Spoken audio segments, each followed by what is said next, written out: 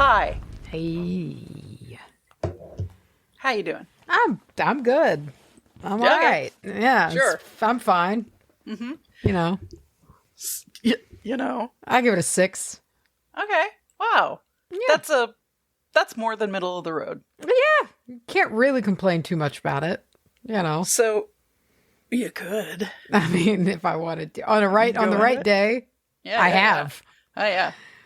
So before we officially start, you guys already know what it is. You see the title. You heard the song. You heard the song. That's mine.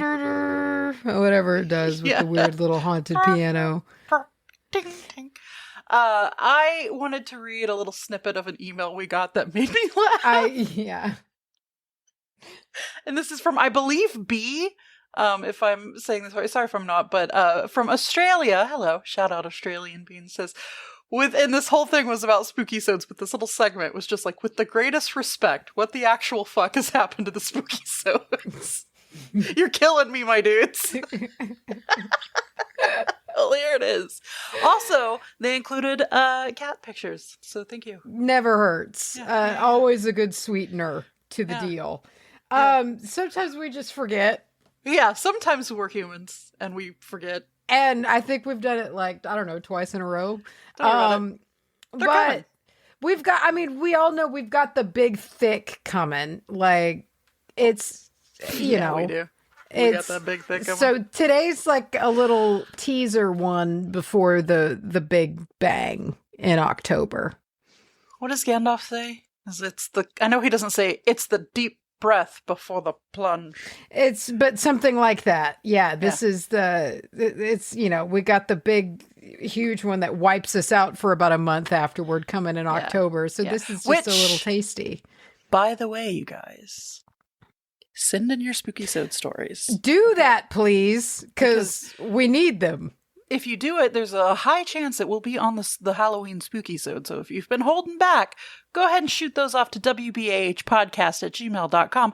Make sure you put spooky somewhere in the title so we can find it. Otherwise, we'll probably skip right past it. But it is a Spookysode. And what are we talking about? So aside from some listener stories, which we're going to be doing. Yeah. I knew you grabbed a little topic, a little teeny topic. Mm-hmm. And I pulled a couple of SCPs. Oh! Actually, I pulled 3 SCPs. Good. So I have 3 different classes. Great. That we're looking at here, and I just thought it would be fun. There's hundreds of SCPs, so I didn't go through everyone. I kind of just like sorted by the classes and picked pretty quickly. Yeah, so this is like I panned through some, and I was like, this is a good mixture of like kind of quirky, kind of fucked up on one of them, and just kind of neat. So we've got like one of each, and that's what I wanted. Are we talking about that pizza box? No, I didn't want to talk about any that you had talked about or referenced. I feel like I always reference the pizza box. Definitely, we've referenced the pizza box. It's the one that I most want. It's the one that I would most like to exist. It's also one of the more truly, like, pretty harmless ones. Like, oh, yeah, absolutely. If you're unaware, there is an SCP, which, listen, if you don't know what we're not going to go kill some hours at the SCP Foundation website and really just, it's a lot of fun. These are basically, it's real documentation of real entities. Yeah. Don't it's like questions. A wiki for real magical / supernatural entities. Yeah. And one of them is a pizza box that whoever's holding it, when they open that pizza box, it's going to be fresh and full of your favorite hot piping ass pizza. I mean, what could go wrong? Like, I'm pretty into that. I hand you that pizza box right now. You open it. What do you see when you open it? Right now. Everybody's going to be like, but it's a garlic parm sauce, ham and pineapple. Okay, that's fine. Listen. I agree with the flavor of pineapple on pizza. I don't agree with the texture. That's fine. Okay. Mine's going to be a jalapeno pepperoni. That's usually the second choice. So if Hunter and I ever get pizza, we get one like Hawaiian with garlic parm, and then we get a pepperoni jalapeno with tomato sauce. Except unless we're talking about that Little Caesars pretzel pizza with the cheese sauce. Cheese sauce and the pretzel crust. Full-on cheese done sauce? Right. You full-on cheese sauce, and then you dip it into the spicy cheese sauce. Into more cheese sauce. Yeah. No, I understand. I get you. I get what you're saying here. This is a Spookysode. And we like to bullshit with lighthearted snack talk. I mean, all the time, but especially. I was like setting up in here a minute ago, and I was like, man, I'm ready to be a little uncomfortable. Like, I know that it's coming, especially with listener stories, because they're usually what does it. And it's coming, and I'm home alone right now, and it's great. So as far as our topics go, you're doing SCPs. I pulled 3 SCPs. Yeah. Delicious. I'm doing a story called the Curse of the Crying Boy Curse. And it is truly fascinating to me. Like, there is a little nugget of like, here's why this could be a completely normal Dana Scully. There's got to be a logical explanation for this, right?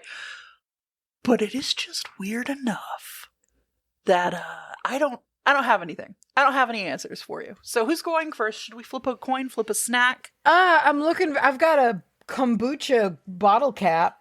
Of course you do. You want to flip that? Yeah. What sides do we got? We've got the GT's top, and then we've got the blue underside. I want that waxy blue underside. The waxy blue underside you can just scratch and it feels good. Okay. All right. You ready? I'm ready. All right.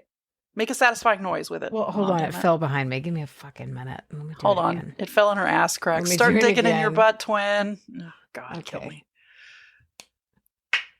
What do we got? I win. Okay, go first, baby. What SCP are we starting with? So we're starting with the safe category, and because it has been a hot minute since you talked about them as a whole, yes, I put in the classification definitions. So what it is that this means. So our first item that we were talking about from the SCP Foundation, which is secure, contain, protect. The by. So we have item number SCP-025, which is classified as safe. Now, what does that mean to be classified as safe? So, safe, according to the SCP Foundation website, is safe class SCPs are anomalies that are easily and safely contained. This is often due to the fact that the Foundation has researched the SCP well enough that containment does not require significant resources, or that the anomalies require a specific and conscious activation or trigger. Classifying an SCP as safe, however, does not mean that handling or activating it does not pose a threat. Yeah. Don't be calmed by the safe label. You can still get got. I can still get you. It's just easy enough to control or contain. So yeah. Here we go. SCP. Although I would say, in the grand scheme of things, if you're going to be fucking with one, you probably want to fuck with a safe. Yeah, generally I think you might live. Yeah. So get the pizza box. Here we go. SCP-025. Special containment procedures. SCP-025 is only to be opened during testing and is the room in which SCP-025 is stored. Entry codes are to be given only to authorized research and security personnel. No other containment protocols required. Description. SCP-025 is a wooden wardrobe measuring 0.97 meters by 0.62 meters by 1.95 meters, full of clothing dating from a number of time periods. Articles contained within the chest, collectively named SCP-025-1, match with styles of decades from the 1920s to present. The apparel from each time frame varies with regard to style. For example, a polyester striped shirt and a pair of charcoal suit pants both correspond with general styles of the 1970s. The only unifying aspect of every article contained in SCP-025 is that each one is in poor condition. Moths have eaten much of the collection, and tears and runs are not uncommon. Which, listen, if you're going for like a 70s punk thing, tight. Try it out, which you might not want to. With When any item from SCP-025 is put on, the wearer is observed to either die or suffer an injury within 24 hours. The cause of death or injury in these instances is invariably linked to the aforementioned flaws in the clothing, but only ever appears to be an unrelated incident. Wearing a glove with a fingertip cut off may result in the loss of the fingertip through a simple kitchen accident like chopping onions. Similarly, a subject wearing a poncho with a sleeve missing will somehow cause the loss of the uncovered arm, be it an attack by a wild animal or a vehicular accident that necessitates the amputation of the limb. If placed in a sealed, unfurnished enclosure while wearing an item from the chest, the wearer will either seemingly spontaneously contract a flesh-eating disease that begins in the areas not covered by the clothing, or suffer the failure of an organ located beneath an imperfection in the article. Diseases arising from such incidents may or may not be contagious. No study has been successfully undertaken due to the speed at which the strains observed run their course. Recommended that, if possible, samples of the disease be taken to lab for possible weaponization. Oh. I mean, this is a grave foundation at best. So that's true. That's true. I would even say not even I would say not even great. There's some things that they should just maybe get rid of. Sure. So that's a short and sweet little starter here. That was our safe classification. So, see, a perfect example of how it is safely contained, because it's just a wardrobe. Yeah, as long as you don't mess with it. Don't mess with it. But it's not safe to fuck with. Okay. So we have something. Oh, go ahead. I was just going to say, in the world of SCPs, if this were to ever get out of the Foundation, if you just found a wardrobe full of holy clothes somewhere, don't fuck with it. Generally. It's the rule. Yeah. Yeah. It's not going to go well. You will lose something. You will contract a flesh-eating disease. Yeah. If you're if you think you're safe, you'll get a flesh-eating disease. So we got to work that into merch somehow. Okay. Your personal flesh-eating disease. Oh, you're my personal brand of heroin. Oh, gross. Can you imagine if he just didn't say that? You're my personal brand of flesh-eating disease. So we have, moving to our next classification here. We have SCP-056, Object Class Euclid. Now, Euclid class, this is from the Foundation. Euclid class SCPs are anomalies that require more resources to contain completely, or where containment isn't always reliable. Usually this is because the SCP is insufficiently understood or inherently unpredictable. Euclid is the object class with the greatest scope, and it's usually a safe bet that an SCP will be the class if it doesn't easily fall into any other standard object classes. As a note, any SCP that is autonomous or sapient is generally classified as Euclid due to the inherent unpredictability of an object that can act or think on its own. I like these. These are creepy. These are fun. Yeah. Yeah. And I'm just going to go ahead and preface for the next two that we have, there is mention of suicide because it is real difficult to work at the Foundation and deal with these items. It reminds me a little bit of the Deathketeers or whatever from Death Clock. Like, they're just dying all the time. They die all the time. Yeah, they're very disposable almost, it seems. Yeah. You really take this job when you're down on your luck and you need a paycheck. Yeah, and you don't have any family. Anyone that knows about you, cares about you, anything. So here we go. Special containment procedures. SCP-056 is to be kept in a room of its choosing, with whatever furnishings it expresses desire for. Level 1 personnel and above may interact with SCP-056 at any time they choose for a length of time not exceeding 2 hours. The subject is to be guarded by a minimum of 3 security staff at all times, with shift changes every 4 hours. Each guard is to be armed with non-lethal tranquilizer pistols loaded with no less than 1,500 microliters of cyclopyrrolene tranquilizer. Any irregularities in personnel and staff developed by extended exposure to SCP-056 will result in psychological examination and relocation to site, data expunged. Oh. The subject is to be allowed access to any object desires, with exceptions of weapons, communication devices, and internet connection, and other SCP objects. It may wander in research sector redacted, as it will, but never allowed to access to floors with exits. In the event of an emergency, or if SCP-056 becomes violent, it is to be subdued and contained within its room if possible. At no time should personnel attempt to harm SCP-056. See Addendum 2-B. So we'll get to that later. Description. SCP-056 is a being of variable size, gender, and appearance, which changes in response to the environment around it, especially in regards to living and sentient beings. Its most common form is of a handsome man in his middle 20s, dressed in a garb of similar appearance to that of the personnel guarding it, but of a higher quality and aesthetic value. However, but better. This one cracks me up. I love this one. However, it has been recorded as taking these forms. A large, well-groomed Labrador retriever when exposed to Dr. Redacted's dog.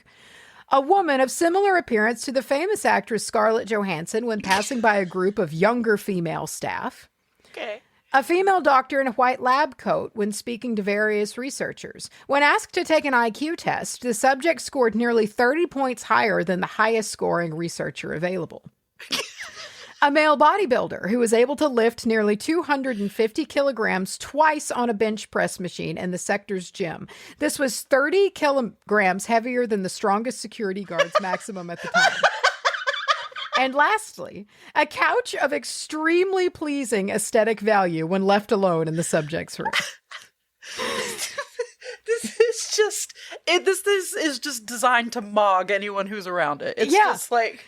These changes will generally occur the moment all people in the area lose focus on the subject, which occurs immediately upon exposure to a new object or person. Filming these changes has proved inconsequential, as any viewing the tapes or feeds suffer from momentary confusion. Clothing will also change during this time, though SCP-056 has yet to manifest any sort of tools or weapons. It is theoretically impossible to view SCP-056's original or natural form. When left in an empty concrete cell and under closed-loop video surveillance, it took on the form of a higher quality camera, and it appeared to monitor the camera watching it.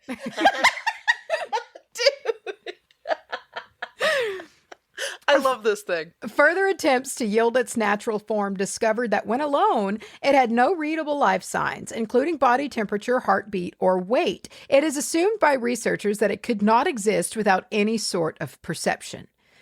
Personnel in contact with the subject often report feeling jealous or unsatisfied, yet will often give a great deal of both positive and negative attention to SCP-056, which can be predicted by their personality types. Security staff will often claim that they wish to follow the subject's commands, even if they dislike it or its current form, while researchers in extended contact with it will often try to argue and verbally abuse it, which usually results in the subject sending them out in shame. SCP-056 is quite capable of speech and can apparently communicate in any language, verbal or not, and has shown fluency in over 200 dialects, including those invented by cryptographers and hobbyists. It frequently treats the staff around it with disdain, though is generally willing to do whatever is asked of it so long as the inquiring does so in a submissive way. It expresses interest in magazines, fashion, automobiles, theoretical science, sports, and a multitude of other subjects, usually expressing greater knowledge and understanding of that topic than the person communicating with it. Personnel will generally become angry, disenchanted, or disgusted with SCP-056 after speaking with it for great lengths of time, though they will try to speak with it again if possible. When questioned about other SCPs, it showed fear and occasionally hatred and refused to speak about any of them, even objects classified as safe. Huh. Additional. Subject was found to be working for the clothing design company Redacted after an unusual amount of homicides, suicides, and mental breakdowns of other models when working around SCP-056. When Class C personnel attempted to detain it, their mannerisms provoked it to change into what appeared to be the form of data expunged, resulting in the deaths of 17 agents and 10 civilians. Great. This incident was covered up by claiming an employee suffering from psychopathy brought a firearm to work and attacked other workers. So that's SCP-056. Here to make you feel bad about yourself. It's you, but better. It's you, but better. I love it. What a, how cunty. I love the better quality camera. Looking at that the is existing so camera. Unnecessary to do. That's hilarious, dude. And like when left alone in the room, it just became a better couch than what was left for it. Really nice couch.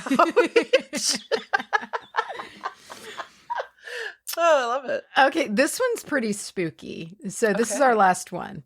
So we have SCP-035, Object Class Keter. Oh. So Keter class SCPs are anomalies that are exceedingly difficult to contain consistently or reliably, with containment procedures often being extensive and complex. The Foundation often can't contain these SCPs well to not having a solid understanding of the anomaly or lacking the technology to properly contain or counter it. A Keter SCP does not mean the SCP is dangerous, just that it is simply very difficult or costly to contain. So here we go. SCP-035. Special containment procedures. SCP-035 is to be kept within a hermetically sealed glass case, no fewer than 10 centimeters, 4 inches thick. This case is to be contained within steel, iron, and lead-shielded room in a steel, iron, and lead-shielded room at all times. Doors are to be triple locked at all times, with the exception of allowing personnel in or out. No fewer than 2 armed guards are to be posted at any time. Guards must remain outside at all times and are not allowed within the containment room under any circumstances. A trained psychologist is to remain on site at all times. Research personnel are not to touch SCP-035 at any time. SCP-035 must be moved to a new sealed case every 2 weeks. The previous case must be disposed of via SCP-101, as it shows no adverse reactions to SCP-035's corruption. Anyone who comes into contact with SCP-035 when it is in possession of a host is to be given an immediate psychological evaluation. Description. SCP-035 appears to be a white porcelain comedy mask, although at times it will change to tragedy. In these events, all existing visual records such as photographs, video footage, and even illustrations of SCP-35 will automatically change to reflect its new appearance. Gross. A highly corrosive and degenerative viscous liquid constantly seeps from the eye and mouth holes of SCP-035. Anything coming into contact with this substance slowly decays over a period of time, depending on the material, until it has decayed completely into a pool of the original contaminant. Glass seems to react the slowest to the effects of the item, hence the construction choice of its immediate container. Living organisms that come into contact with the substance react much the same way, with no chance of recovery. Origin of the liquid is unknown. Liquid is only visible from the front. It does not emerge or is even visible from the other side.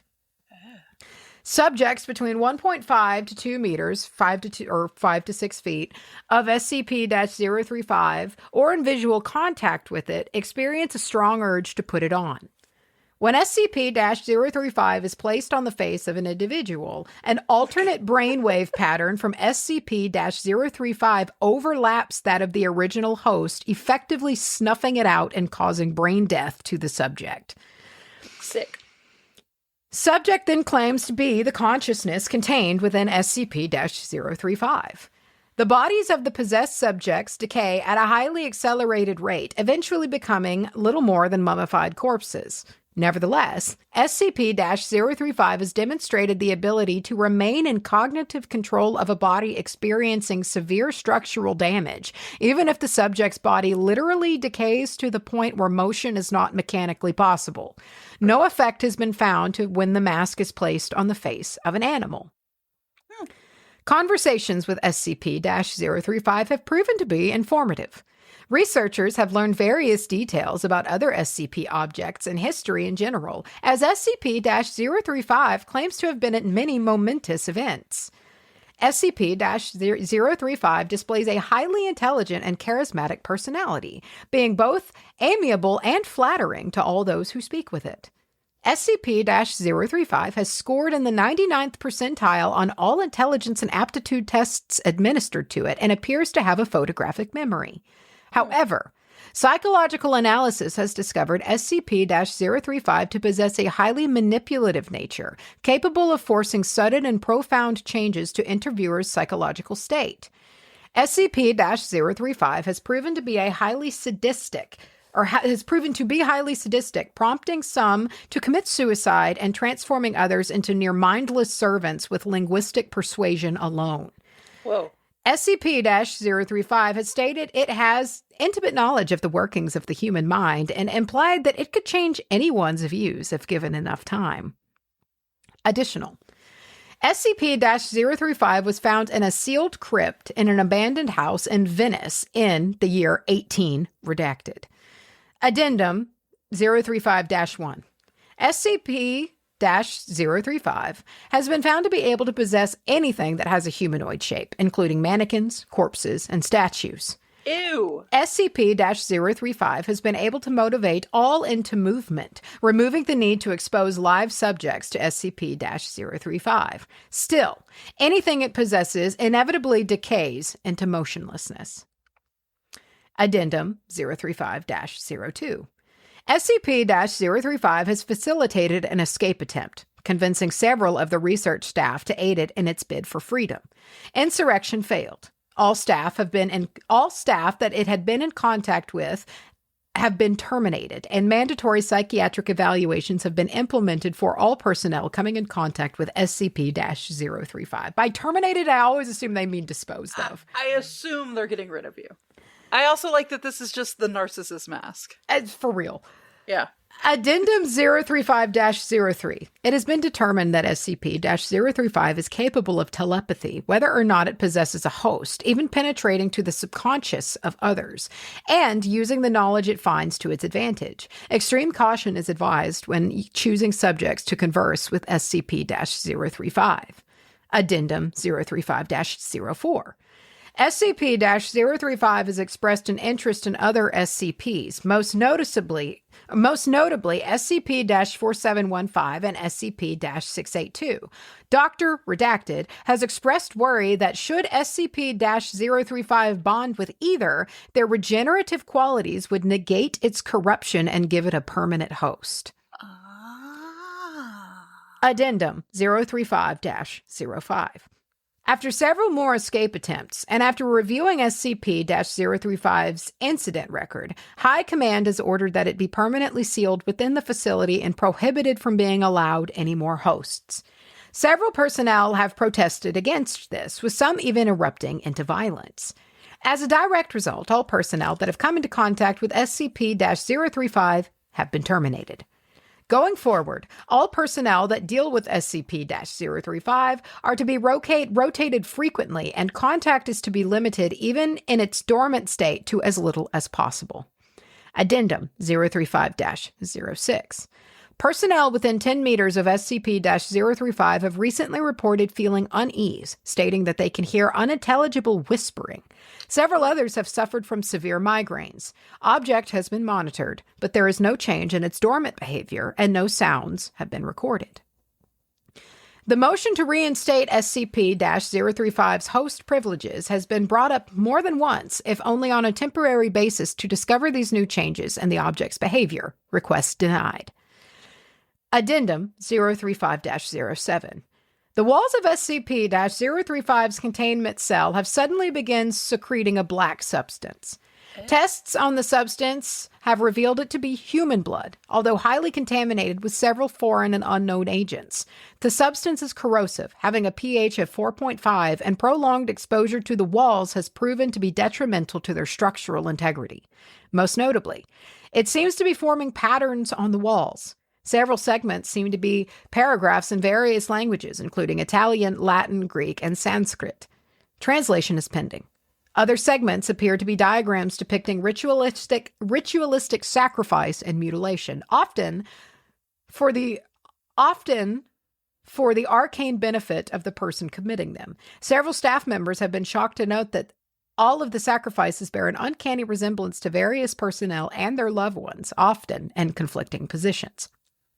Researchers, while in the room examining these newly formed patterns, have complained of hearing loud whispering and high-pitched, unnerving laughter at irregular intervals. Personnel in the section working daily near and around SCP-035's containment unit have suffered catastrophic morale damage, with an all-time high in suicide rates in staff in the area, whether or not they have ever had contact with SCP-035. The only change in SCP-035's dormant behavior is regarding its contained glass case. Degradation of the case has increased to a high degree, enough so that the glass will occasionally shatter, causing a wide dispersal of SCP-035's contaminant. This occurs quite often at the most inopportune times, so far resulting in 6 casualties and 3 fatalities of both research and cleanup staff. Addendum 035-08. In light of the mass suicide/homicide of the members of the research team tasked with translating the passages garnered from SCP-035's containment cell, the morale damage in the area, and general loss of staff dealing with SCP-035 to either death or insanity, it has been decided to coat the inner and outer walls of the containment cell with SCP-148, which has proved well in the containment of SCP-132, see document 132-01, in order to hopefully block out the high levels of negativity being emitted by SCP-035. Okay. Addendum 035-9. The use of SCP-148 has worked well, causing morale and suicide rates to return to near pre-SCP-035 rates. However, the material appears to facilitate negativity within the cell, causing a veritable greenhouse effect inside. Personnel inside the cell have stated that they feel a heavy sense of dread, fear, anger, and general depression, as well as hearing constant, nearly inaudible whispering upon immediate entry. A prolonged stay causes severe migraines, suicidal tendencies, heavy hemorrhaging of blood vessels around the eyes and mouth and nose, general hostility to others, and for the whispering to increase to almost deafening volumes, intersected by a constant, mocking laughter. Exposure of more than 3 hours inevitably results in the subject falling into a deep psychosis and attempting to harm either themselves or others. Most spoke in Latin or Greek, despite the fact that several did not previously know how to speak said languages beforehand. The presence of blood in both word and diagram formations has increased disproportionately, the walls becoming cluttered and the formations beginning to overlap each other. The substance has proven to be both difficult to clean and even more corrosive than was originally recorded, with a pH of roughly 2.4. General estimation gives the current walls a life of 2 months before they need replacement. It is becoming gradually more and more difficult to contain SCP-035, and the debate to reinstate its host privileges has once again come up. Request denied. Addendum 035-10. The walls, ceiling, and floor of SCP-035's containment cell have now been completely saturated in blood. All personnel entering and guarding the area must wear full hazmat protection suits. Constant cleaning efforts are being instated. Addendum 035-11. The magnitude, intensity, and reoccurrence of the phenomena that occur within SCP-035's containment cell have increased to an alarming degree. The cell door has been known to become locked of its own accord while personnel are inside and unable to be opened for a period of time. Appendages form out of the larger puddles of blood and often attempt to grab or harm personnel near them. Blurry apparitions have started appearing to staff. Electronic devices no longer work inside the cell, and the light cannot be turned on, though there is no physical reason why it does not work, forcing those entering to use non-electric based light sources. Cleaning measures are having no discernible effect on the cell, and the walls are degrading at a very high rate, forcing them to be replaced within a week at best, although the blood makes it nearly impossible to properly achieve this. SCP-035 may have to be moved to a new cell entirely, with the old one sealed off and disengaged from the rest of the facility. It really wants out. It wants to be able to be a host. It needs a host again. That's all it wants. All it wants is to feed off your body. And maybe escape. But then what's it gonna do? I think just keep hopscotching around until it sucks a bunch of people dry. Just squirting its green ooze. I assume the ooze was green. Was it green? I think it's black. Squirting its black ooze. It's a bad dude. Anyway, that's my SCPs. I love the like, depending on whatever it's comedy or tragedy in the moment, like all of its depictions. That was one of my favorite detail. That's a good that was so detail. Cool. Yeah. It's gross. Okay. Well, speaking of things that are gross, I'm going to talk to you about the crying boy curse. Is this like the painting? Yeah. Okay. Yeah. A picture, you might say. You might also say a picture is worth 1,000 words. You know, I helped do like, so the Newkirks did a coverage of this, and somebody painted portraits of Greg and Dana in like the crying boy style.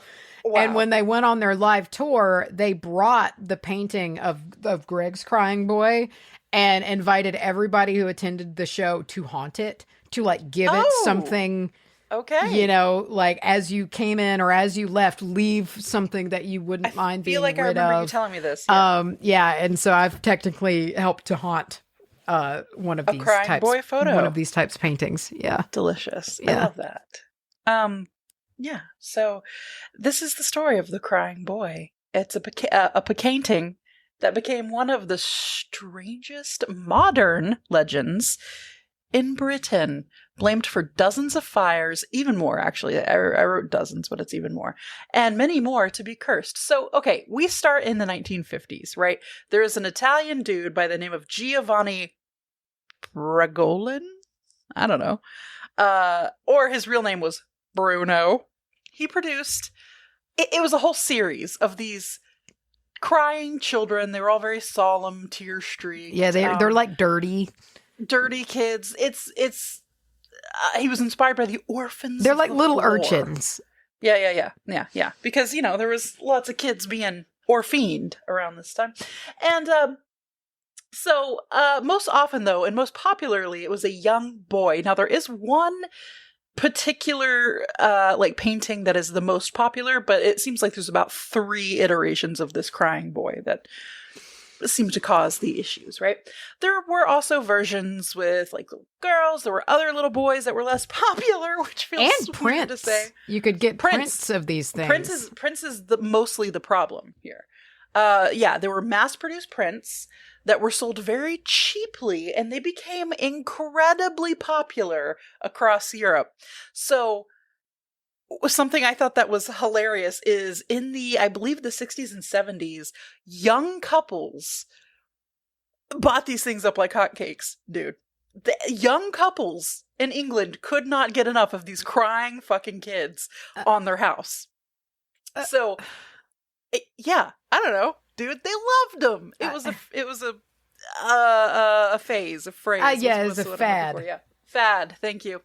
And so that led to more and more and more prints to just be pumped out. And it was not uncommon. And from what I've seen online, it feels like everybody who is our age, maybe a little older, is like, I remember this in my grandparents' house. Yes, that's definitely a sentiment that I have come across, or a experience.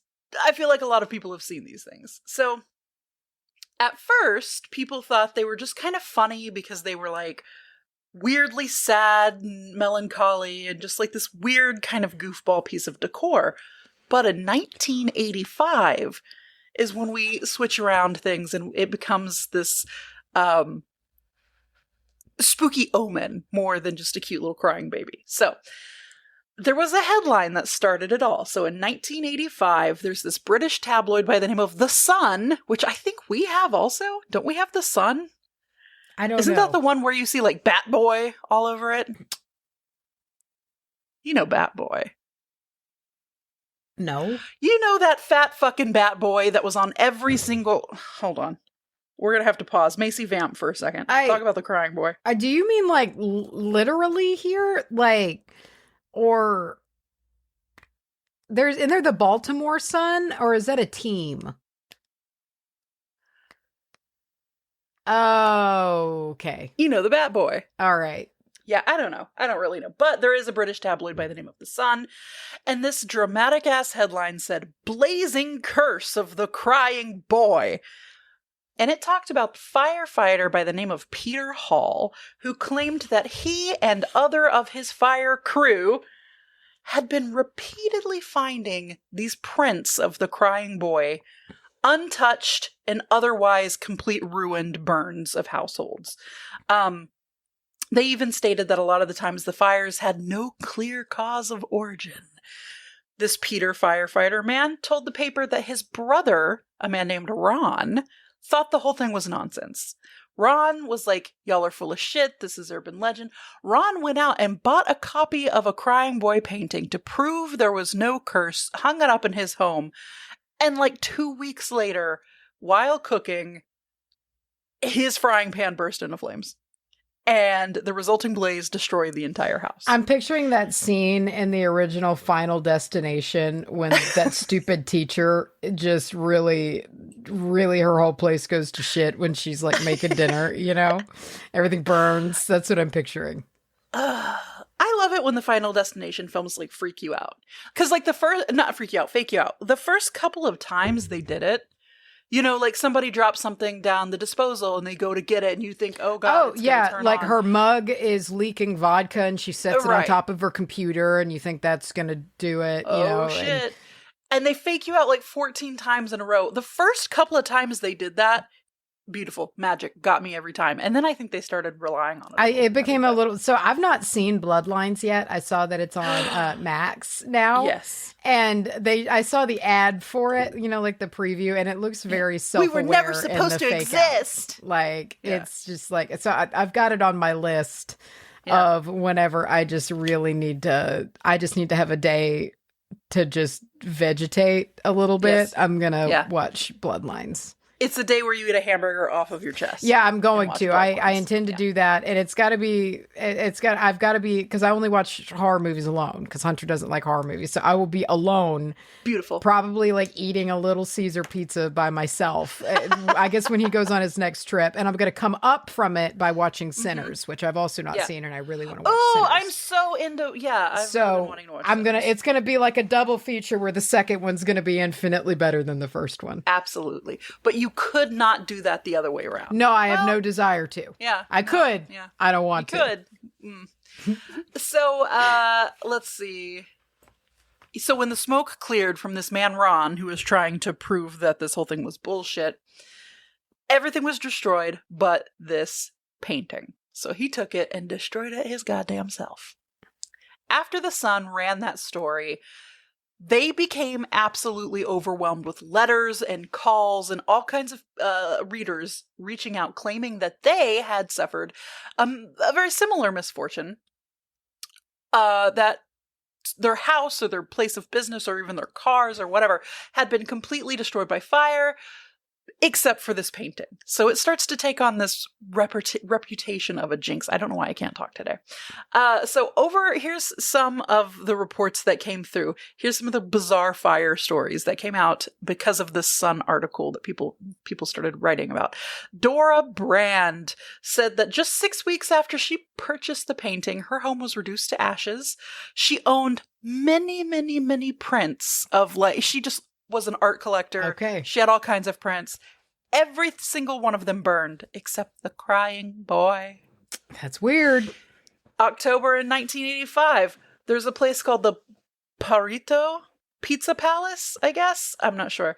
It was gutted by a fire shortly after hanging a crying boy print as like a pride piece, like kind of right in the center of this place. Boom, burst. I wonder if anybody tried to do insurance fraud with this. Like if they they got one and they hung it up and be like, it's the curse. It's not my fault, but they actually just hung it up and set the place on fire. Yeah. They set the place on fire, and after it was done, they snuck in and put a completely Look untouched. how pristine. I know that at least had to happen a couple times. At least once. And maybe it was the Godper family, because they lost their home to an unexplained fire. Again, the crying boy in their living room survived without a mark, while the paintings on either side were completely destroyed. What if they were like, and this is just fun for me to be devil's advocate on, what if they had like a super weird varnish on these prints? We'll get there. You've got a good instinct on you, my boy. So there was a gas station explosion that there were 2 crying boy prints hung up in this gas station. Both of them survived intact. Let's see. In 1980, these are all in 1985. So yeah, this all started these are all coming in from the same time. A dude named, God, some of these names I don't know. Malcolm. We'll just call him Malcolm. Malcolm. He returned home to find his entire living room ablaze. Firefighters couldn't explain it. Of course, crying boy right in the middle of the thing. So this last one, William, died in a mysterious fire that swept through his home. A crying boy picture was discovered lying beside his charred body, completely unharmed. And one of the firefighters who attended, tried to stop the blaze, admitted later, I've never believed in the jinx up until now, but when you actually come across a picture in a gutted room and it's literally the only thing that hasn't been touched, it's most odd. So, I think somebody killed that guy and put that picture by him. Put a picture by him and be like, I gotta capitalize on this, man. Yeah, I think they killed him, burned the room to try to cover the scene, and left that picture there to be like, it's a curse. Yeah, see? Ooh, it's the curse. Definitely not a murder. So why would this picture survive? And kind of going with what you said. So experts popped out and they were like, listen, there's gotta be a way to explain this. There's no such thing as supernatural shit.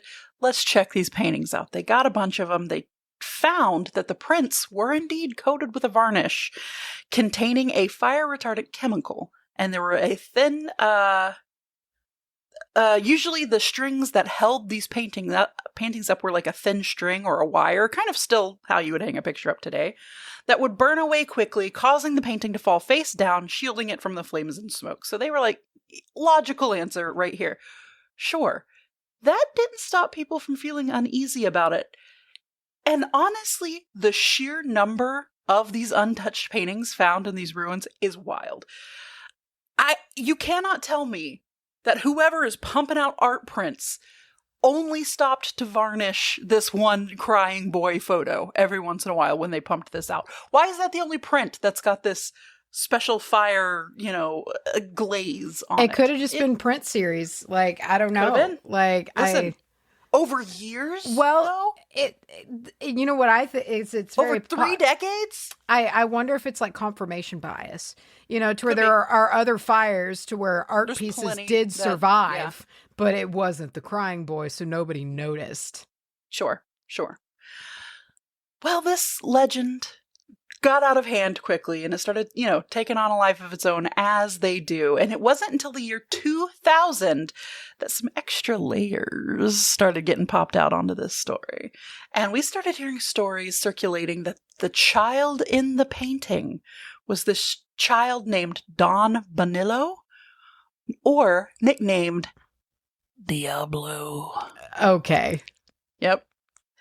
These tales claimed that he was an orphan boy who had accidentally set fire to his home and killed his parents, and that blazes followed him wherever he went. There is no historical evidence to support this story, but it did stick giving the painting a darker backstory in modern retellings. I did see this piece of information passed off as true when I was researching this. He's a devil child. He's Diablo, and people said it so confidently too. They were like, the boy in this photo, his name is Diablo, and he killed his mommy with a fire, you know. So as the panic grew, it's just, people are funny. Like, yeah, people are funny, dude. As the panic grew, the Sun's editor, guy named Kelvin, came up with a theatrical solution. Now remember, this is the tabloid that started it all, you know, so I'm assuming the editor had something to do with that, and it feels like maybe he's capitalizing on this. However, he invited the readers to send in their copies, their paintings, their prints, whatever, of the crying boy, send it into the newspaper.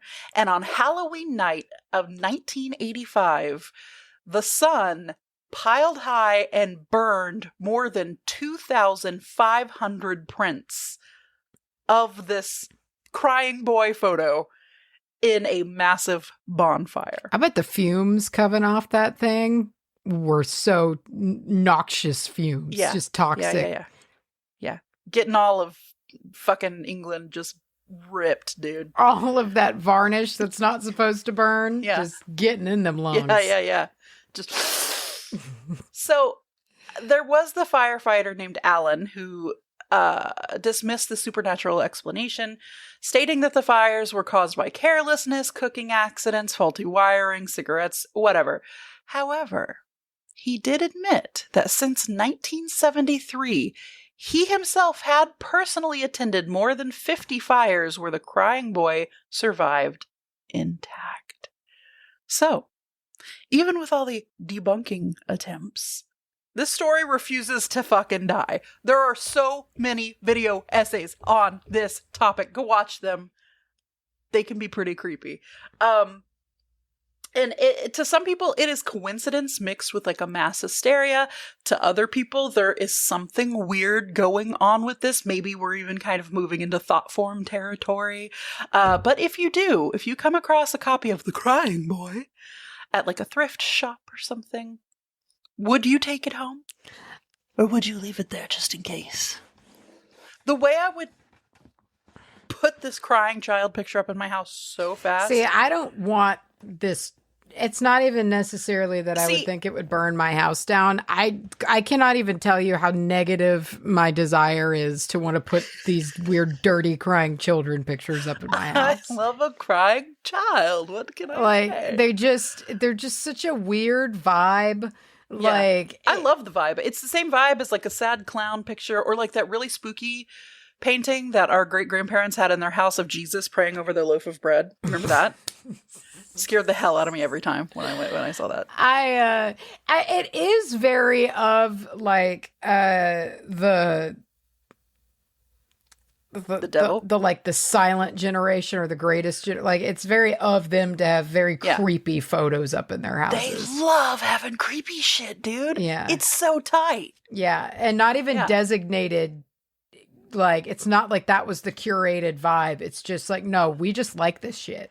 Yeah. It's got to be some leftover from the Victorians, man. They love spooky shit. It's got to be, just weird, gross shit.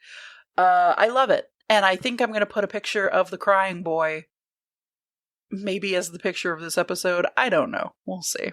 Okay. But with that, I'm going to hydrate a little bit. And then I think we should go into listener stories. Do it then. Okay. I you know what? I'm going to hydrate too because it's everyone at home hydrate. Peak ass August summer, and you need to do it.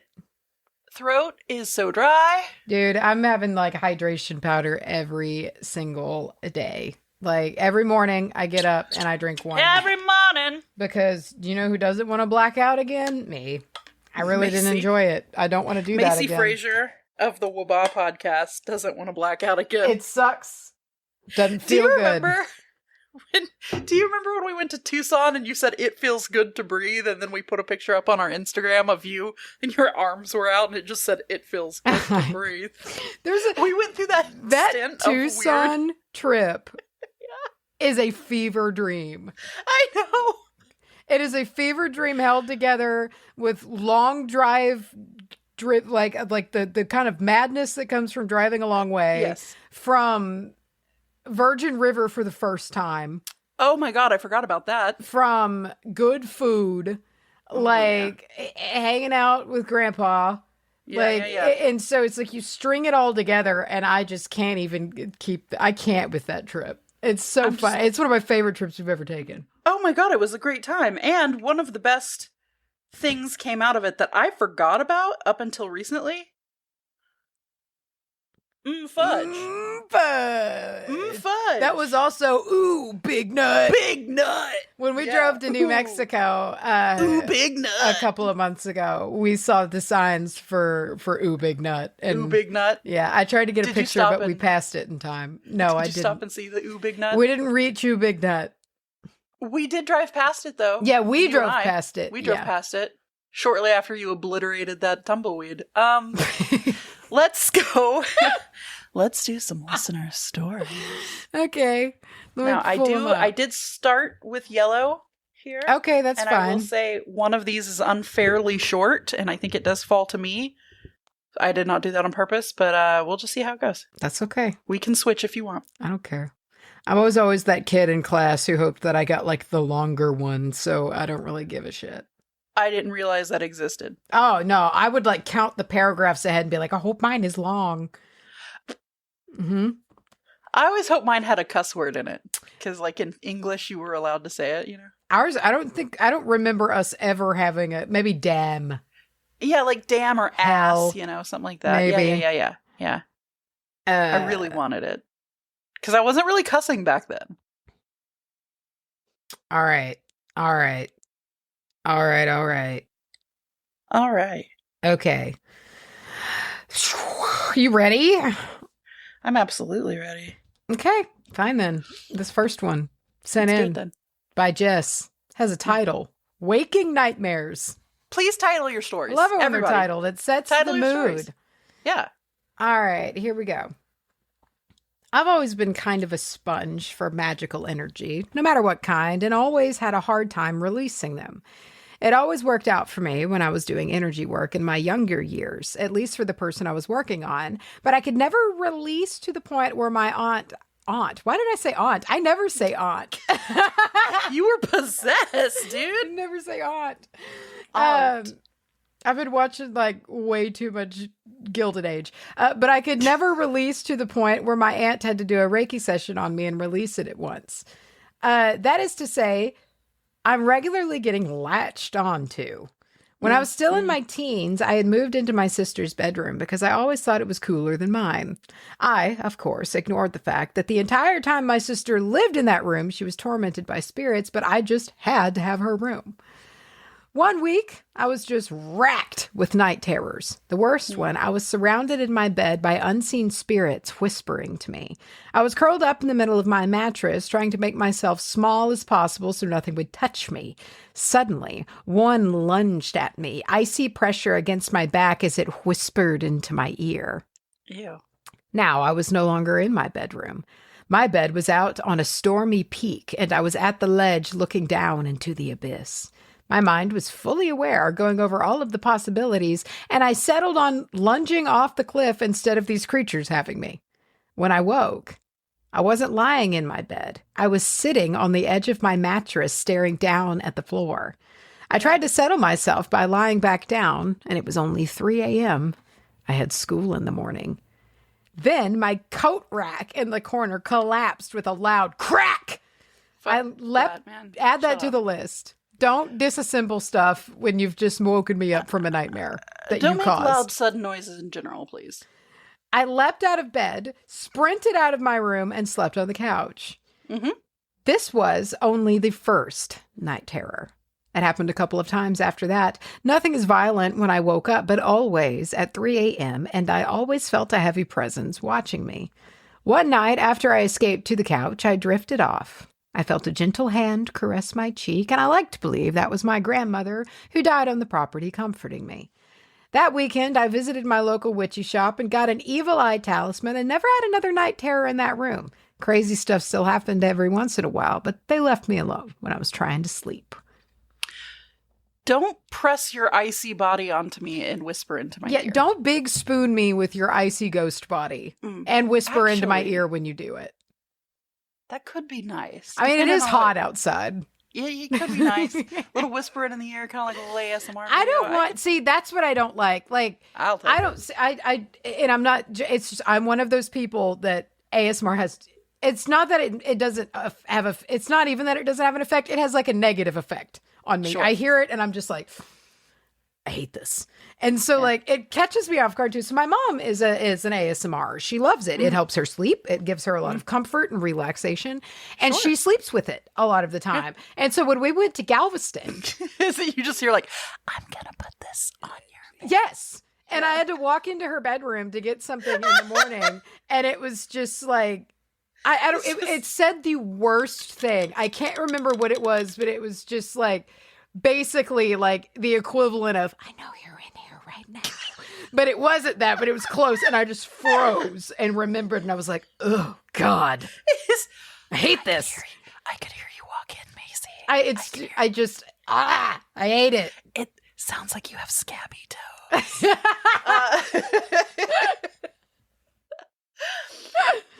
Our next story comes from one named Wish. Nice. They say my first spooky story actually involves you two. Oh. Last year was my first Anahadas, and I was present for your live podcast. Hey, dude.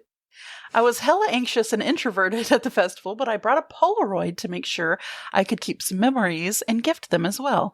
I took a photo of the four of you after your show and handed it to Rachel, I think. I remember this moment. However, I took a Polaroid before that of the stage whilst you guys were recording because I wanted to commemorate the last recording in Inaba. Well, this Polaroid was nuts. There were so many orbs. They were all floating right over the roof of the building that we were recording in. Orbs of red, blue, white, pink, yellow. Red, white, blue! Hell yeah, dude! Pink and yellow, though. I like the pink and yellow. Shush. At least 20, maybe more. I am moving right now, but if I can find it in all of the stuff, I will send y'all a picture of it when I find it. Yes, please. Yeah, that I only checked on it. Cool. I feel like we tight. Blew the roof off that stage, like with all the colors. Yeah, we did that. Yeah, that was us. Just fucking out them colors. It was your performance of "Thank You for Being a Friend." Was that year or was that the year after? Was that year or the year after? I don't know. But I do like. That was a good time. I do enjoy the "Thank You for Being a Friend." Mm-hmm. So let's see all the colors. I'll send you a picture. Magic, am I right? Okay. Now on to my other stories. This email is part 1, as it includes some shorter spooky stories. All right, that's okay. Well, we like a shorter one as well.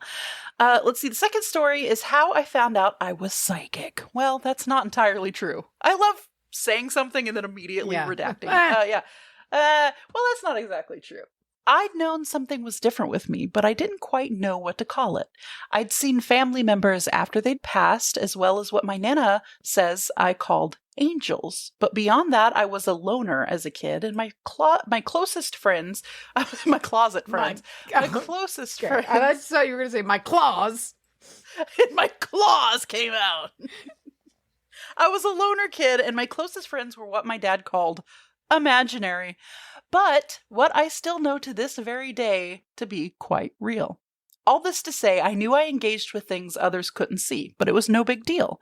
I had a child's innocence then, which leads me to this story.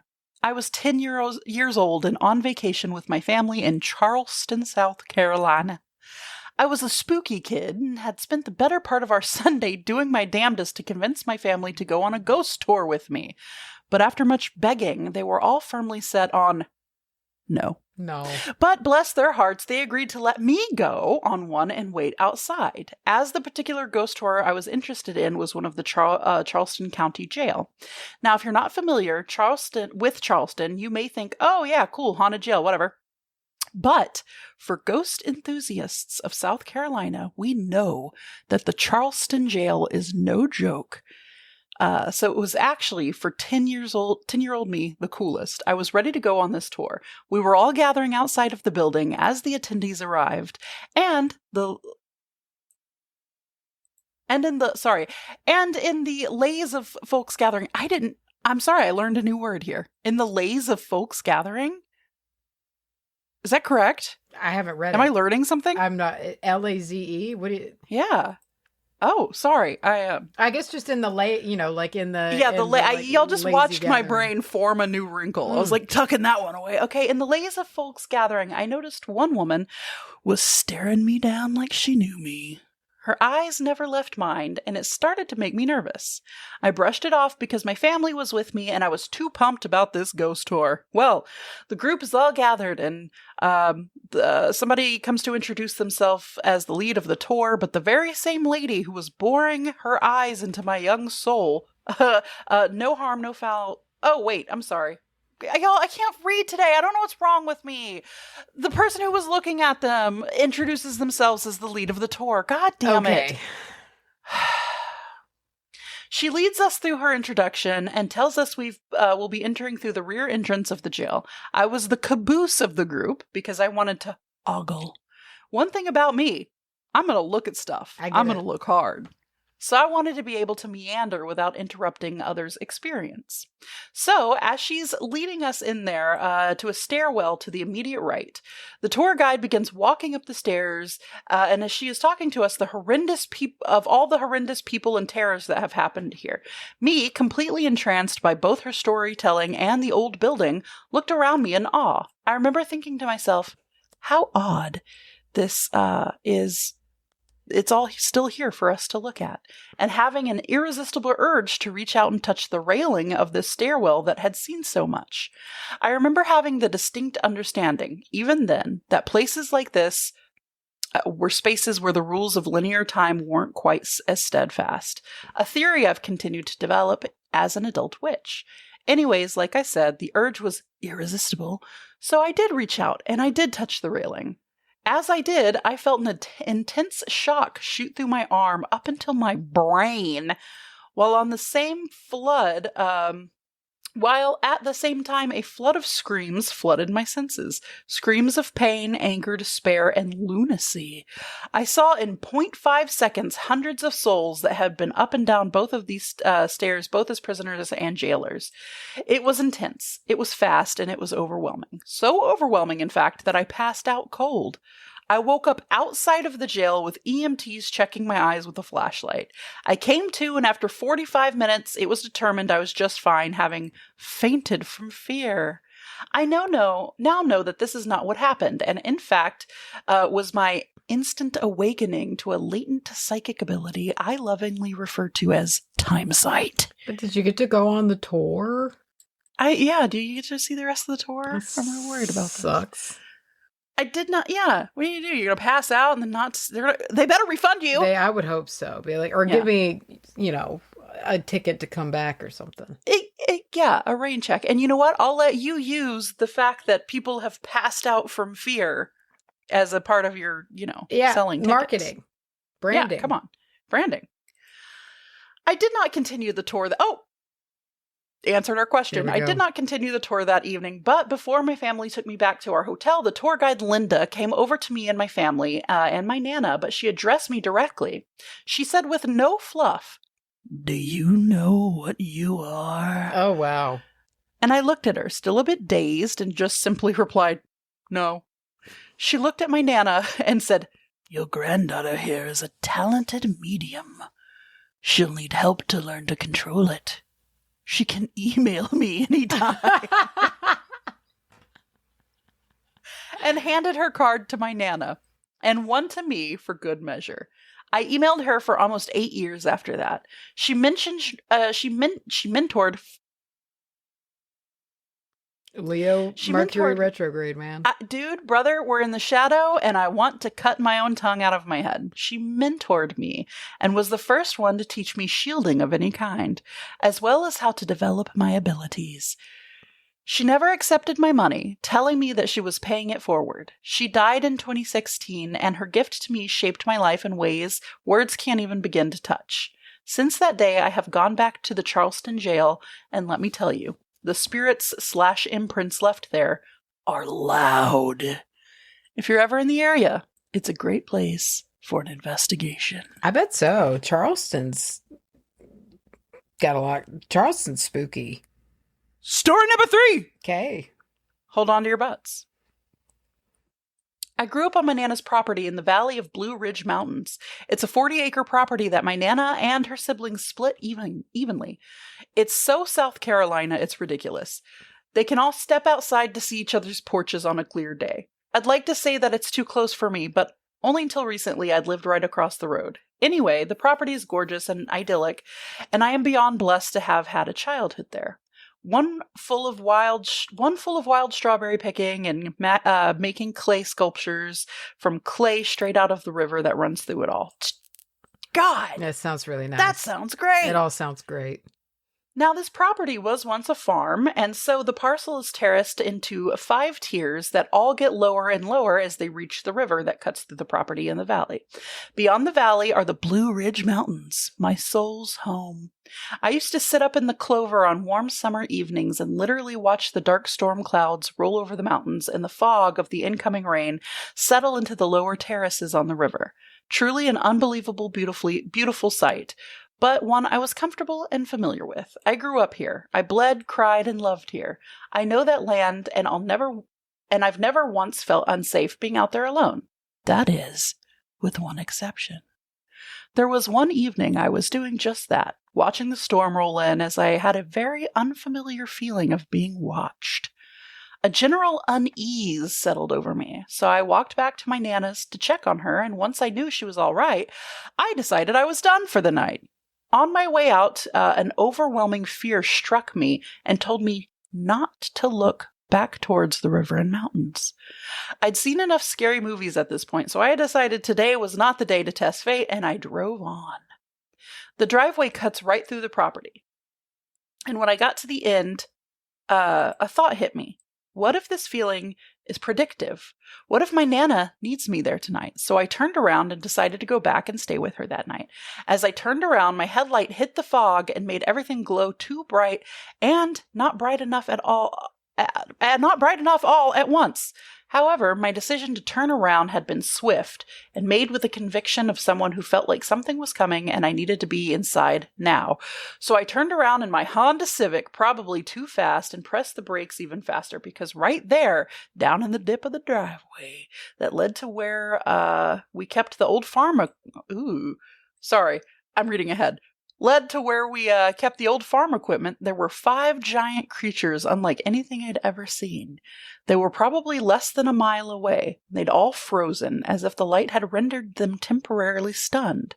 They looked like they were mid-stride, their arms, extended to the front and back like they had been moving swiftly. Just like that. The best I can describe them is like Groot from Guardians of the Galaxy. Interesting. But all made of smooth white flesh. They had grooves of some kind that I could see from a distance, almost like the grain of wood. But again, they were definitely made of flesh of some kind. Ants. They had ants. Were they hairy? Mm. They had no mouths and eyes that were beady and black. I stared into the eyes of the one at the front, me just stunned as they seemed to be. I had a general sense that they were surprised I'd turn around, and as I realized this, the one in the front communicated with me telepathically. I can't tell you why I knew it was that one. I just did. Calmly and more gently than I'd expected, it said, "Turn back and don't come back this night. It's not safe for you. For any of you." It took me a moment to process, but I somehow managed to back my car up, turn around, and drive to my house literally a minute up the road. As I pulled out of the driveway and looked back in my rear view, they were all gone.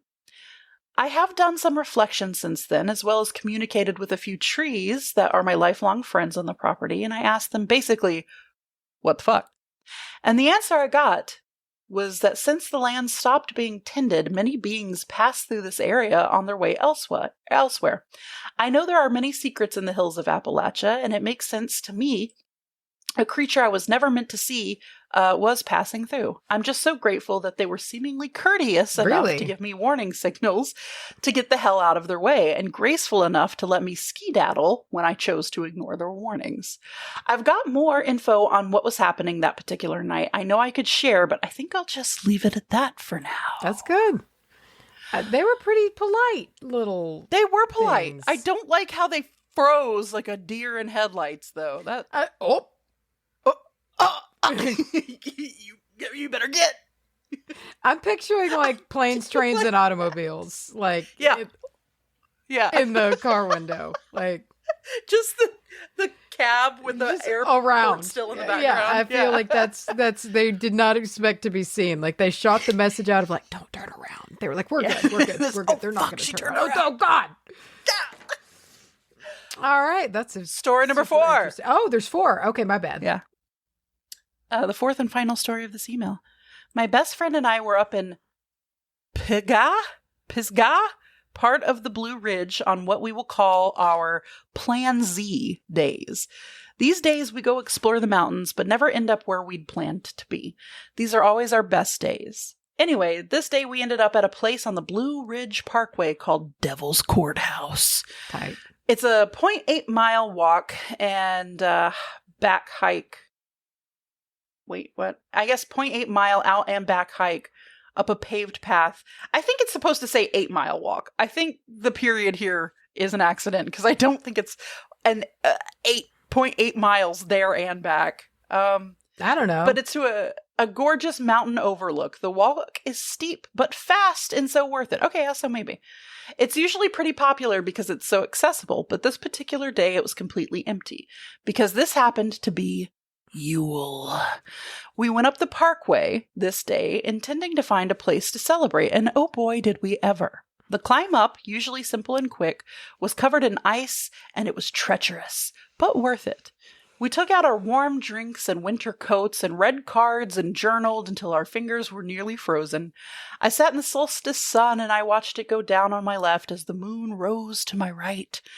Seeing them rise and be in the sky over the blue mountains as far as the eye could see was incredible, and an experience that deserves its own story. But this is a spooky story, so let's get to it. As my friend and I realized, we needed to get going right then, or else we'd be climbing downward over an icy path in the dark, so we wasted no time. We got past the icy steep part of the path and began to slow our pace. We walked silently, initially reflecting to ourselves over our very spiritual individual experiences. However, as I started to walk, I started to feel unease. I started to feel a great looming presence behind me, and soon enough it felt like this giant presence was screaming at me to run, get to the car now. I glanced at my friend, who looked just as spooked as me, and they gave me a swift, indistinct nod, and we both took off running down the rest of the path. The very instant we started running, I heard what I can only describe as yelling, whooping, and horse hooves, a whole stampede's worth, barreling towards us. And y'all, it was so loud. We raced to the car, threw ourselves in, the sound instantly ceased. We said nothing the entire ride home. We were both shaken to the core. When we finally walked through the door, I looked at my friend and said, "Did you?" And they said, "Oh yeah." And we launched. There you go. Yeah. We launched into our accounts of what had happened. We both experienced the same huge looming presence urging us to run and go. We'd both heard the stampede of whatever it was, and we'd both had a knowing that if we were there a single second past the true dark of sunset, we'd have been toast. This was our first experience at Devil's Courthouse. After we'd finished telling our accounts, we decided to look up why it's called that. Local folklore says that the devil himself holds court there, as the rock formation can look like a giant seat. But as it turns out, native folklore of this area says that a giant named Sukalu lives in the caves beneath the rock outcropping. There is even a place at the base of the mountain that is protected Native American heritage site that is called Drusilla's Rock. That is said to be his handprint in the stone, and that it holds some of the most well-preserved prehistoric Native American petroglyphs? Petroglyph? Petroglyph of the area? What's that? I feel like Dum Dum. I think it's like cave drawings. Like images created by removing part of a rock to reveal a layer beneath. Okay, cool. Oh, so it's like an engraving? Yeah, it looks like it. Yeah, okay. It looks like. Okay. The Cherokee still have a living oral tradition around Judiculla, I believe, and consider him to be a god of the hunt or of wild animals. I was stunned after learning this because it really truly felt like he was warning us to stay away from the path of his wild hunt. A spectacular yet terrifying experience to have on Yule of all days. Let's hope my otherworldly warnings warnings to get the fuck out haven't run out quite yet. There you go. You do seem to receive warnings. I don't know why I can't read today. Yeah, you do. I mean, I do.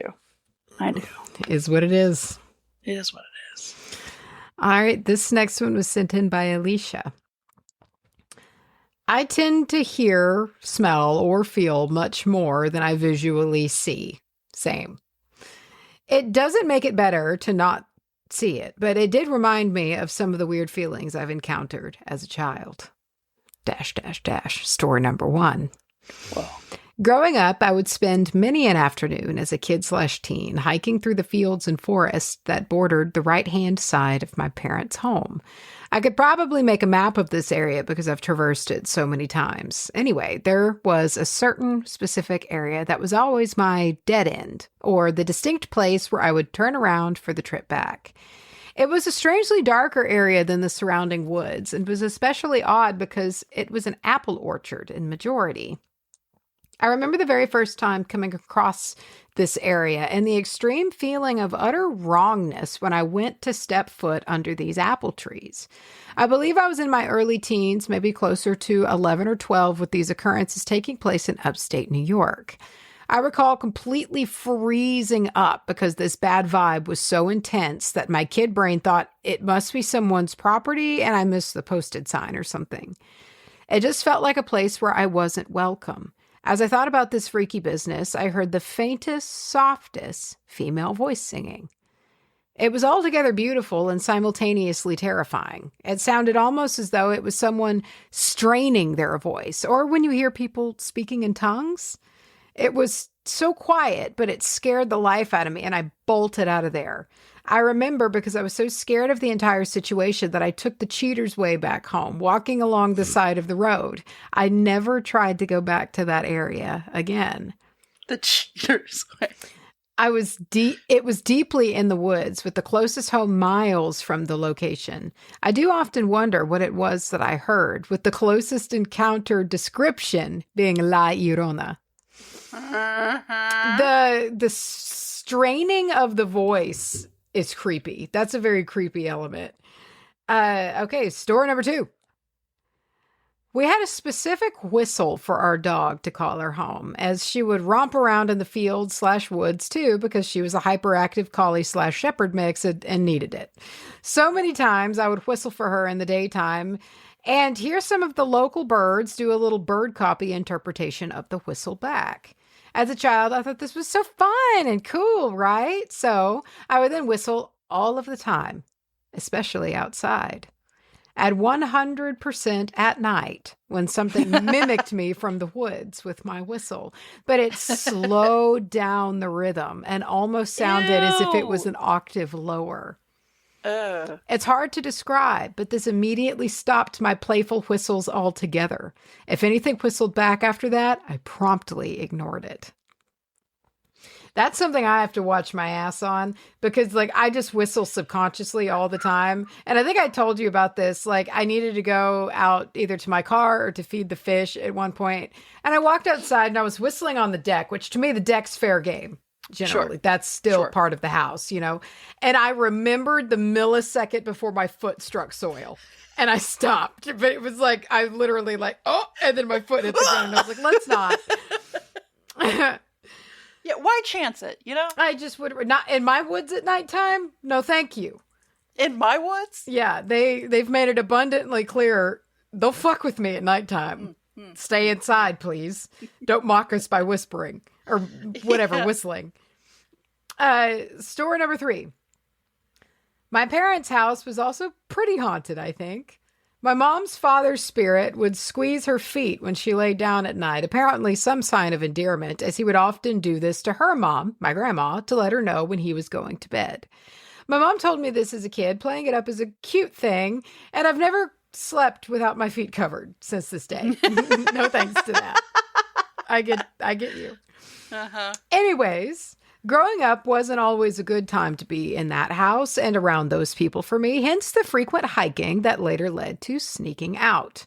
On numerous occasions, though, I had seen shadow entities creeping around the corners, doorways, and even once crouched under our computer desk.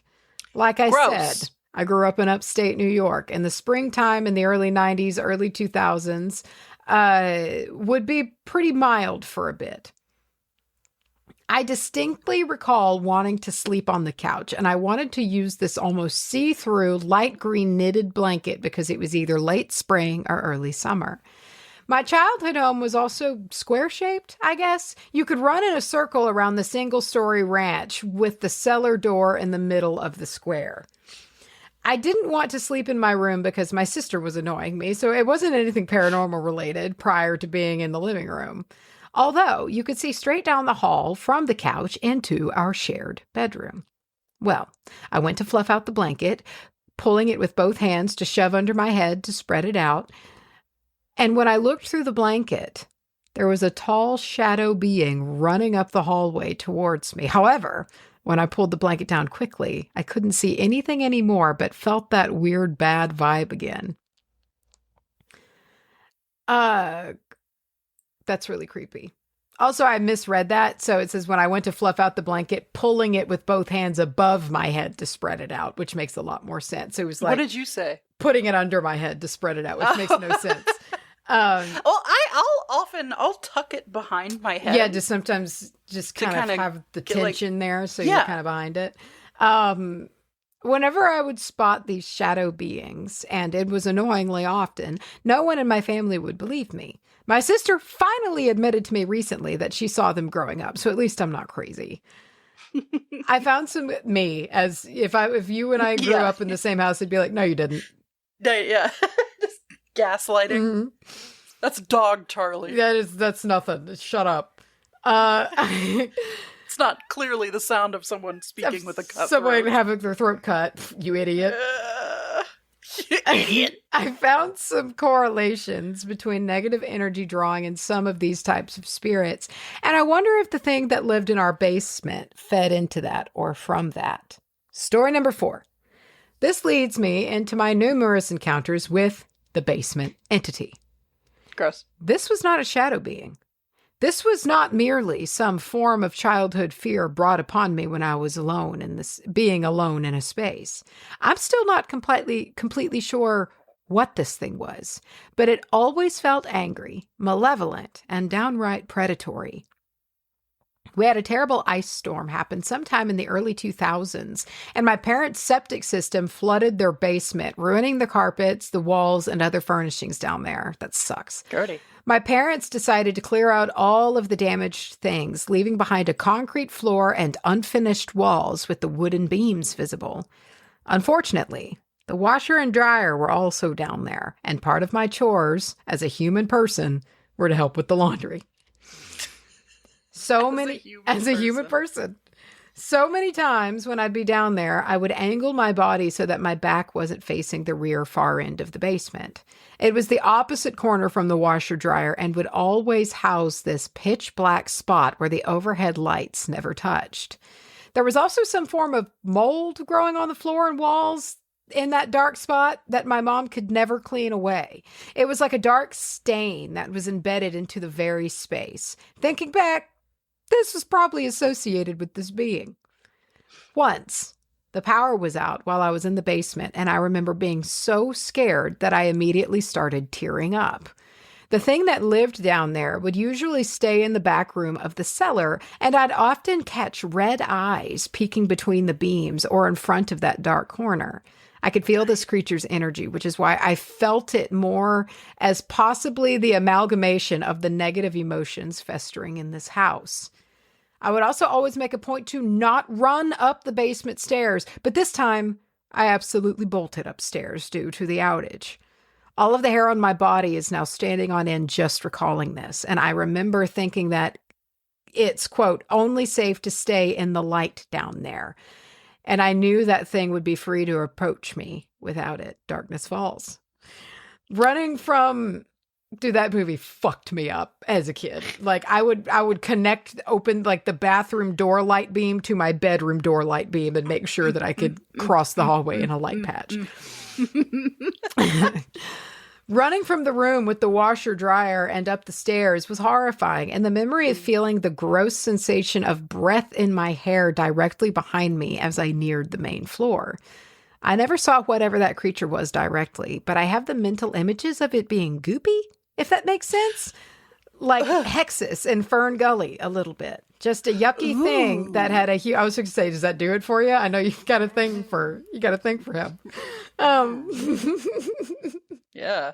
Ooh, don't get me here on the stairs. Ooh. Oh, stop. Oh no, I tripped. Just a yucky thing that had a humanish form if someone was doused in black tar from head to toe. Gross. Our cat would also refuse to go downstairs, and I would try to get her to go with me only so that I wasn't alone. She would just bolt back upstairs, making me think she disliked that thing too. Cats were just like, sorry, brother, I'm out of here. Nope. What? A dog will be like, yeah, I'll go and I'll happily die for you. Cat gotta get away. Story number 5. Everybody talks about Furbies being freaky, but my sister and I had these battery-powered toys that caused nightmare fuel. I love this fucking game. We had a fishing game where you would use magnetic fishing line and catch plastic fishes, ducks, etc. that played a little fun song as it spun the wheel and all the little fishies sat in it. I had this thing. I fucking loved it. I always wanted to play it at your house, but like Rustin never wanted to play it. It was too cool. Yeah, he was too cool for it, even though he did play it. And he always was pretty good at it because he played it often. We also had a Barbie phone that would say, ring, ring, hello, hello, and repeat this in Barbie's cheerful, we're already set up for trouble here, in Barbie's horrifying, cheerful voice, usually only once or twice. Then you'd have to pick up the phone, hang it up, then push the little call button on the toy to get it to play again. My younger sister loved that Barbie phone, and my parents had to replace the batteries a bunch of times because it just ate right through them. She refused to put the Barbie phone in our toy chest, as it was obviously her most prized possession at this time. I think I only remember the jingle so clearly because she was obsessed with playing with it for a while. One night, we hear a phone ringing. We're both still awake with our little bedroom TV on, probably watching Cartoon Network or Nick at Night, and we're both looking around trying to figure out where it's coming from. This was the time of cell phones, but I had a cheap track phone that was only for emergency use only, and it was still off as I had left it in my backpack. Yeah, back then, you made an unauthorized call on that phone, you're kicked out of the house. Ass whooping. Emotionally. My sister then pulls the Barbie phone out from under her bed, and the little pink thing is just ringing like a normal phone. I don't recall ever hearing it ring normally, as it would always play that little hello, hello jingle. She answers it, screams, and throws the toy across the room. Ew. I have since tried to ask her what she heard when she answered it, and she has only described it as some sort of strange buzzing or static. We then decided, as sisters united against the evil phone, to stuff it into the bottom of our toy chest. The thing that really sucked about that experience was the Barbie phone proceeded to play that jingle over and over and over again all night long until morning. My mom ended up throwing it away, along with the fishing game, because both would play their respective songs even after we removed the batteries. Ew. She told me a couple of years ago that the Barbie phone just kept ringing like a normal phone on the way to the dump, opting not to tell us when it happened because she didn't want to freak us out. Our Furbies did talk too, but I honestly remember the phone incident being so much scarier. Ew. Ew. Writing this is the last little bit. I was able to dredge up a ton of extra info surrounding these incidents, and I recall having quite a few more weird ones in that house along with these. Also, I now live in North Carolina, right next to the Appalachian Mountains, so I get to witness all the weirdness that surrounds it to enjoy too. Just the other day, I heard something call out, "Hey!" in broad daylight. I was releasing bunnies on the far end of protected wilderness, and there was nobody else around. I am really troubled by the phone. I don't know why that got me so hard.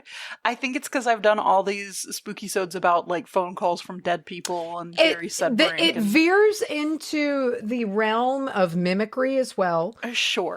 Because it's like mimicking the function of what it's supposed to do. What's trying to contact me so hard? Yeah. And what sort of EMF is powering this without a battery?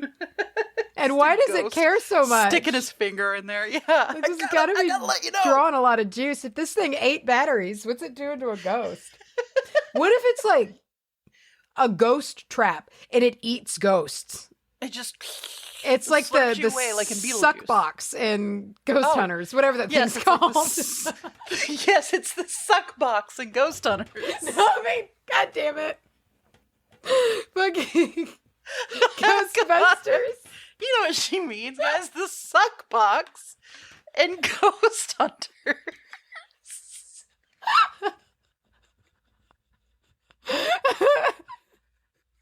The suck box does sound like something Zach Bagans would bring to an investigation. Oh my god, yeah. This is the suck box.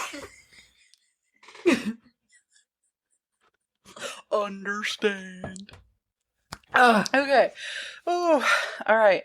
We have our last story of this Spookysode from Cetus. Sure. Cetus? I'm apologizing to you. They say, cow mutilation. A blonde breed of Sam Squanch, women in white, mystery stones, and some story I found on Reddit. That's a first. And this is really funny to me. Why not? Why not? Fuck it. Story number 1. During early May, I was leaving to Vegas for a school trip. We were all on the bus at around 7 or 8 a.m., about an hour out of the town, driving through the desert valleys and twisting rock formations, passing occasional cattle or alfalfa farm, when one particular cattle farm caught my eye because one of the cattle had gotten out, or that's what it looked like. When we got closer, I noticed that the cow I previously thought had simply escaped the pasture was lying down in a very odd position. It seemed to be almost laying down as a dog would, perched straight up in a weird way that I wasn't sure a normal cow would even be capable of achieving naturally. Another thing about this situation became clear, and this is around the time I realized what I was looking at could not be normal. This was the only red cow. Every other cow had been an inky black and safe within the pasture when the only red one had been mysteriously displaced out of the pasture, the perfectly intact barbed wire fence behind it. As we got even closer, I realized exactly what I had been looking at. The cow was half buried in the dirt, as though it had been pushed into the dirt, hard. It was propped up in a strange way because the entire body looked completely stiff and devoid of all moisture. There were craters in its side where its ribs and organs should be, and to top it all off, the skin of the head, ears, eyes, and muscles had all gone. That's weird. The flesh ended... Wait. Didn't you do a thing about mutilated cows? Oh, yeah, I did a whole big segment on it, on An Alien Harvest, which I still have the other half of that book I need to do. Oh, yeah.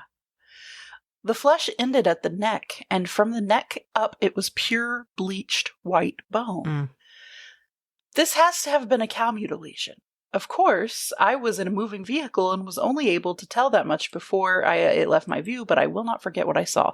Yeah, I was thinking like, ooh, maybe aliens sucked that cow up and then plopped it back down, and then it started sounding real familiar to the cow mutilation stories. Yeah, it's weird. Story number 2. Okay. I like how all of these stories had their story number 2, story number 3 breakdown. Yeah.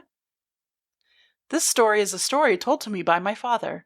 When my dad had recently graduated from college, he had moved back to the town and worked in the fire crew for the Bureau of Land Management. Okay. One time, he was driving out of town with a few other guys on the fire crew. They had been an hour or so south of the town when they looked to their left and saw a woman in the grass. She was sitting in the grass in the middle of the desert. She had long black hair and wore a white dress as she watched their truck go by.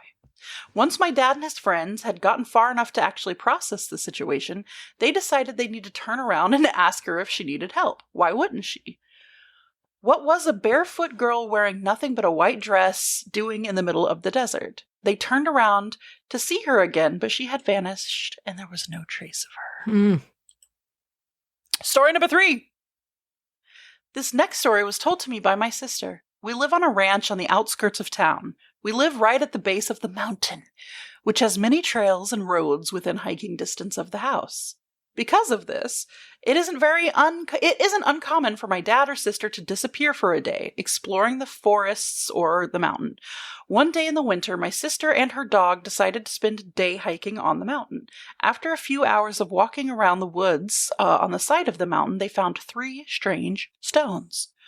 3 large pillars, bright white, 12 to 16 feet tall. They were completely alien to this area. We have our fair share of rock formations, but to find formations like this, you'll need to travel about 2 hours east to find this specific kind of stone. Much less common is this stone forming in groups or pillars. Pillars as a formation were not found in our area, and this type of stone is only found a few hours away on the border of Utah. Not as creepy, but definitely weird. Story number 4. The next story I found on the r/Nevada subreddit, submitted by Into the Blue, about their experience near the town. About 20 years ago, southwest of Eli, along a dirt road up in the mountains that my dad and his buddies used for hunting, they came across a random cement structure off to the side of the road. I can't keep doing the transatlantic I was going to say, we're doing transatlantic here. All right. Yeah. He said it was about 10 by 10 platform, about a foot tall. On top, there was a heavy steel grate. They had been in that area before and had never seen this. So they stopped out of curiosity. They looked into the grate and could not see the bottom, so they used a flashlight. Still couldn't see anything. So they dropped a rock to see how far it went, and based on the time it took for the rock to hit the bottom, they estimated it was about 200 feet to the bottom. Damn. They dropped another one to confirm, but after it hit, they heard a low, long growl that turned into a screeching howl that he said was unlike anything he had ever heard. I've never known my dad to be afraid of anything, but he said it was the most frightening thing he had ever experienced. He and his buddy ended the hunting trip and came home. They've never returned to the area, and he even refuses to tell me exactly where this is. He's concerned I'll take a bunch of people up there and look for it. I mean, which, fair, absolutely. 100%. Story number 5. This is a Bigfoot encounter. Okay. It took place near our town, and I found this story on bigfootencounters.com. Awesome. Eli, November 2001. I phoned the witness at home. Here's what I learned. The young man in question, Mr. James Stroud, 22, a cashier at a gas station in Eli, Nevada, was with his unnamed friend motorcycle riding on a dirt road about 10 miles off the main paved Highway 93. The two stopped to rest and drink some water when Mr. Stroud wrote, "We smelled something really stinky, like rotten garbage smell. He's stinky. And then we heard some weird howls. It was like nothing I'd ever heard before. It scared me. I've heard elk and other animals, but nothing like this." He later indicated to me that the sounds he heard must be coming from a known animal, mountain lion or something similar. For about 10 minutes, according to James Stroud, the two listened to the howl with a high pitch and mimicked the vocalization, but they were not able to see what was responding to their calls. The area in question is rocky and mountainous with pine trees and sagebrush. The weather was cool and there was snow on the ground. The time was between 4:30 and 5 p.m., close to getting dark. So we got a little scared and decided to go home, James writes. As the two were leaving, James caught something out of the corner of his eye, something moving away from them into the thick of the trees, about 70 yards distant at the closest approach. What they saw, as Mr. Stroud says, Telegraph Summit near Ely, Oh, sorry. Okay, this is like clearly from some kind of article or something. What they saw can only be described as Bigfoot. When I asked, could this possibly be a man in a costume? His polite response was, I don't think so. Oh, there you go. The Bigfoot was estimated to be 7 feet tall, based on Mr. Stroud's height of 6 feet. His friend estimated 8 feet. The subject was last seen about 100 yards distance or thereabout for a total of time which was estimated to be about 15 seconds. James told me he got the impression that the subject was trying to get away from us as it walked kitty-cornered from the two observers. I just wanted to, just don't look at me. I gotta go. The walking speed was described as a medium pace. As the two flabbergasted young men watched this unexpected animal, they sort of said to one another, what in the heck is that? Having never seen anything remotely close to what they were presently viewing. They described this being as big with man-like build and brownish-colored hair with blonde highlights. Cute! I'm imagining like frosted tips because this is 2001. Yeah, it was just being on brand with the times. Spiking it up like a little swoopy ramp in the front. Maybe a few little butterfly clips in there just for fun. Precious. Just using Tamagotchis as earrings and stuff. Just clacking around. Can you see it? Can you see its dead body? I was going to say, is it dead? You let it die. Oh, it's big time dead. Yeah. It's making so much noise, I just let the bitch die. That's how it goes. When I asked for an explanation of the hair color, he stated that the tips of the hair appeared to be dishwater blonde. The body build was described to me as medium, and in the written report, 350 pounds was the estimate. When I asked if the animal appeared man-like or ape-like, the response was ape-like. As for sex, the witness stated it had no breasts on it, and speculated it was probably male.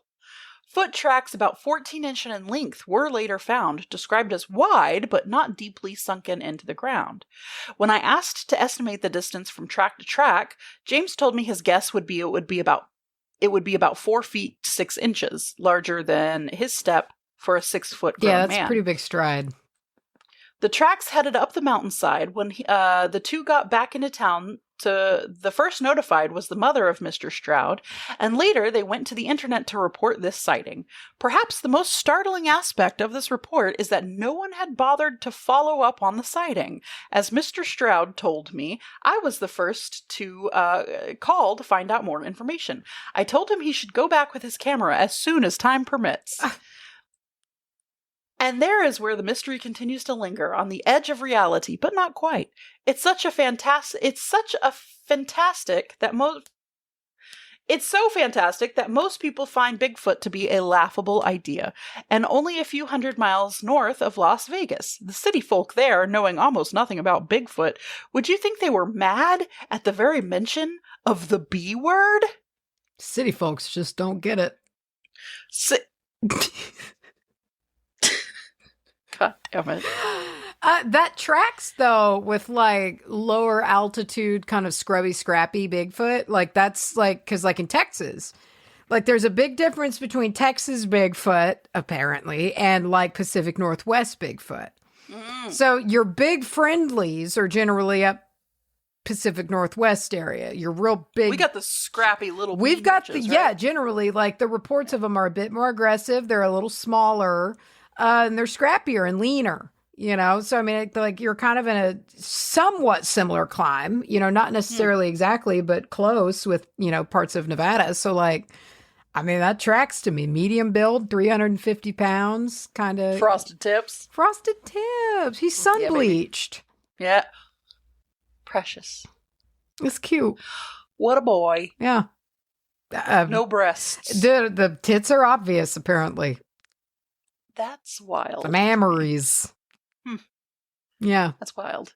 Well, that does it for our listener stories, and that does it for our Spookysode. Yeah, man. The next one we have is going to be a honker. It's gonna be big. It's gonna be big. It's gonna be big. It's always big. And we always feel like a couple wrung out dish rags when it's over. Yeah.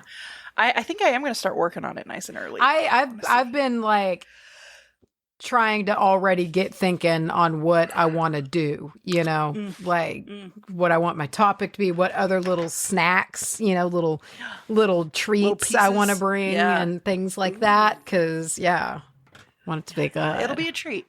So join us next week when we'll have a regular episode. Just a regular old, unless we do a silly, but we did one of those pretty recently. So I don't know if we will. We usually do a silly after a spooky, but I don't know. Maybe next week. No promises, but maybe next week we'll do the chart of one Rustin Fraser. We'll see if we can wrangle him. I don't know. He's got a lot of Sagittarius. It's very difficult to wrangle if he does not want to be wrangled. All right. And with that, stay safe. Don't let the big foot bite. Don't let any ghosts squeeze your feet. Don't let any ghosts squeeze your feet. And if you're a ghost, don't press your cold body into my back and whisper in my ear unless it's a hot summer night. Or blow up my coat rack. Don't blow up my coat rack. Don't do things that you think will get my attention that make a lot of loud, sudden noise. Don't sing in a way that either sounds like you're straining your voice or singing in tongues. What if that's the first time in their life, that they heard that they can't really sing? What if they really are out here thinking that they're like doing great? I mean, it's possible. Or like in the ghostly realm, you sound absolutely phenomenal, but it translates terribly. You've got, those people who can sing at two different registers? I forget what it's called, but they've got like the deep and the, that's what you sound like. But then over here, it just sounds like how it always sounds like ghosts talking in movies, especially like in the aughts, like that effect that was always, it would be like kind of an echo, but then drawn back and then kind of, I just feel like that's what's going on. Good ghost. Yeah. Suckbox and ghost hunters. Great. All right. Bye.